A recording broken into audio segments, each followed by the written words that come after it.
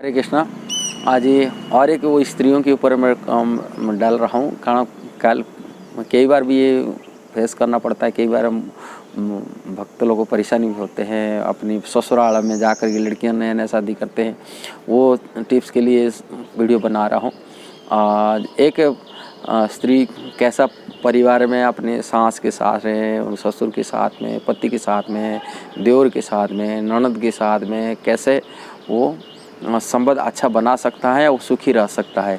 इसके लिए कुछ टिप्स महाभारत में भी वर्णन है, कुछ रामायण में है।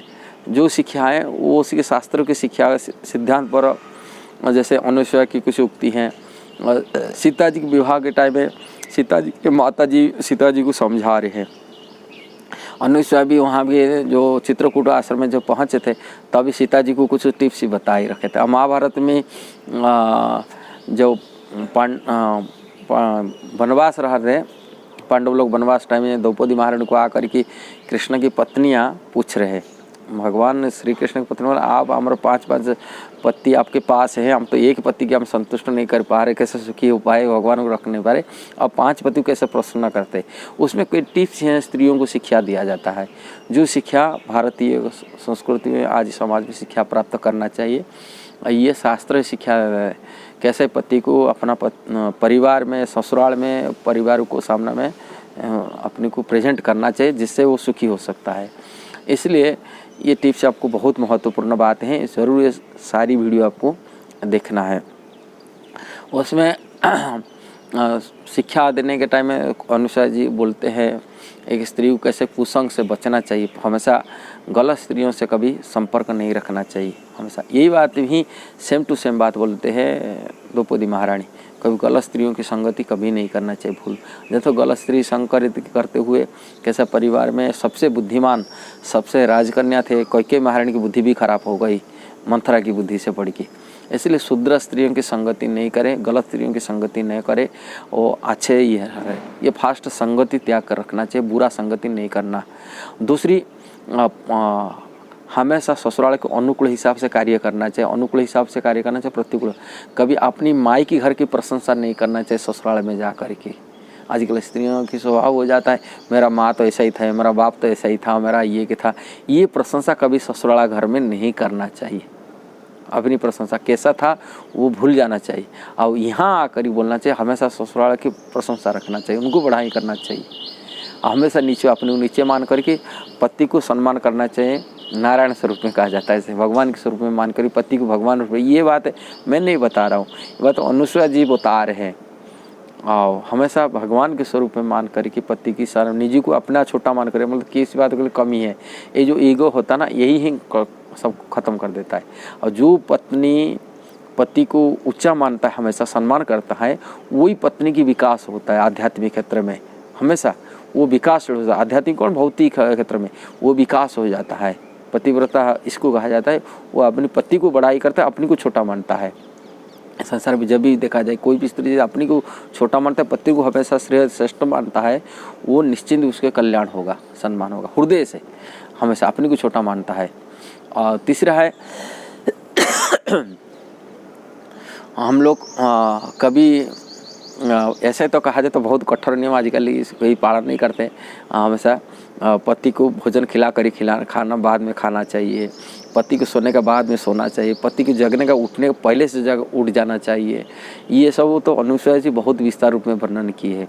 महाभारत में यही बात है, रामायण में यही बात है, सीता जी की माता जी भी यही बात बताई रखे सीता जी को समझाने के लिए, यही सीखा। यदि ये सब चीज़ें हम उनको छोटा मानते हैं और उनको पति को सम्मान करते हैं, और सास ससुर को माँ, अपना माँ जैसे मान के रहते हैं, अपनी बाप जैसे मानते हैं, उनको सम्मान करते हैं, और उनके आशीर्वाद लेके जीने के लिए चाहते, बड़े से आशीर्वाद मिले ये आशीर्वाद। और ईर्षा द्वेष से रहित हो करके, यदि किसी ईर्षा परायण न होते, किसी किसी की बेटी प्रति ईर्षा रहित हो जाते, अब द्वेष से रहित हो जाते। हम देखते हैं कभी कभी ऐसे ही उनके ननद की प्रति हो जाता है, ईर्षा द्वेष हो जाता है। यहाँ आने के बाद देखा उनकी माँ उनके सपोर्ट करता है, मेरा सब साथ नहीं देते, तभी मन में जाए। किंतु ये द्वेष भावना छूट, कोई स्वाभाविक ही है संसार में। और वो अपनी को हमेशा छोटा मान के रहते हैं।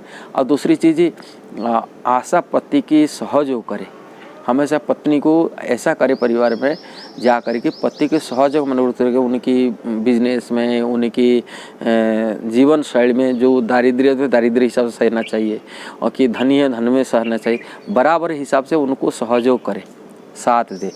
पति के अनुकूल स्थिति में चलते रहेंगे और डिमांड नहीं करे ये चाहिए वो चाहिए वो चाहिए, ये मनोवृत्ति बिल्कुल होना नहीं चाहिए स्त्रियों से। मैं किसी वेल का कमी हूँ, मेरे को ये सब चाहिए ये चाहिए, वो डिमांड करने वाला स्त्रियों को अच्छा माना नहीं जाता है। वो डिमांड पति को करता मेरे को ये सब चीज़ चाहिए वो चीज़ चाहिए वो चीज़ चाहिए, वो डिमांड अच्छा माना नहीं जाता है। अच्छे स्त्री कभी नहीं मांगता है मेरे को ये चीज़ चाहिए, कोई आवश्यकता नहीं हो उनको कोई है, वो अपने आप जो मिल जाता है सोचे संतुष्ट होता है। संतुष्टि हमेशा रहते हैं यदि तभी रहता है। ऐसा ही कहा जाता है संतुष्ट होने के लिए स्त्रियों के हिसाब से भोजन में हमेशा संतुष्ट होना चाहिए, और जो भी भोजन मिल गया उसमें संतुष्ट नहीं, उनको दूसरा को देख करके हम ईर्ष्या जल रहे नहीं, उनके पास इतना अच्छा है मेरे पास कहीं अच्छे भोजन नहीं, ये विचार नहीं होना। जो इतना मिलता है उतने संतुष्ट होना चाहिए। फिर मान सम्मान, कोई मान सम्मान मिलता ना मिलता उसमें भी संतुष्ट होना चाहिए। जो संतुष्ट नहीं, उनको मेरे को हमेशा सम्मान की आशा रखता रहे वो कभी दुखी हमेशा दुखी रहेगा, सुखी नहीं हो सकता। इसलिए मान सम्मान में हमेशा संतुष्ट रहना चाहिए। तीसरा है हमेशा धन संपत्ति में भी संतुष्ट रहे, जितना धन मिला उसी में संतुष्ट होना चाहिए, पति के साथ देना चाहिए। यदि धन संपत्ति में असंतुष्ट रहेगा तभी वो भी दुखी रहेगा। चौथा पति पत्नी अंदर में संतुष्टता होता है, काम वासना में मध्य संतुष्ट, कामुक विचार हमेशा नहीं रहना चाहिए।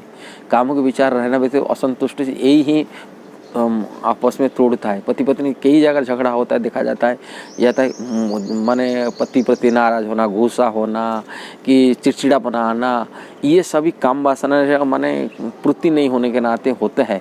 किंतु इसमें कामुक वासना से हमें रहित कैसा होना, ये प्रयास करना, हम काम वासना ही हमको सबसे बर्बाद कर देता है।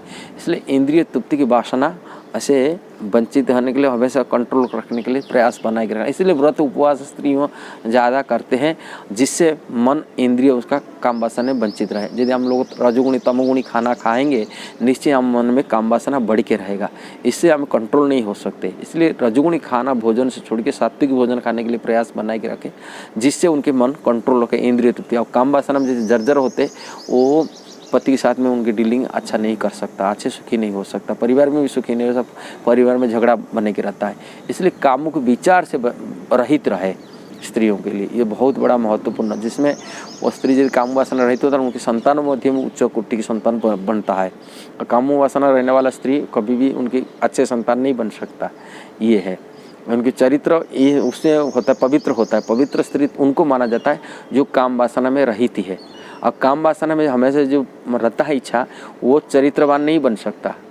स्त्री की चरित्र की कोई भी समाज, स्त्री हो पुरुष हो, दोनों की चरित्रता ऊपर निर्भर होता है काम वासना कितना रहित है।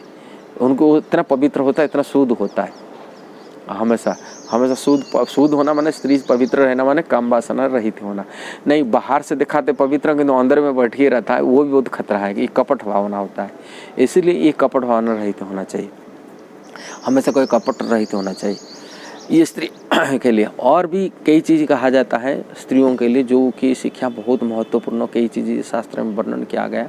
हमें इस सब गुण को विकास करने के लिए हमेशा प्रयास बनाए के रखना अपने जीवन में, तभी हम वाणी में हमेशा ससुराल घर में जाते वाणी बोलना चाहिए। भगवत गीता में भगवान ने इसकी, मैं वाणी के ऊपर दिया हूँ, ये टिप्स देखना चाहिए वाणी कैसा रहना चाहिए। ये वाणी यदि बेकार होता है तभी लोग ससुराल घर में संबंध अच्छा नहीं होता है। अनुद्वेगम करम वाक्यम सत्यम प्रिय हितम जजत, हमेशा उद्वेग रहित बात बोलना चाहिए, कभी से कठोर वाणी बोलना नहीं चाहिए जिससे उनके उद्वेग फैल जाए।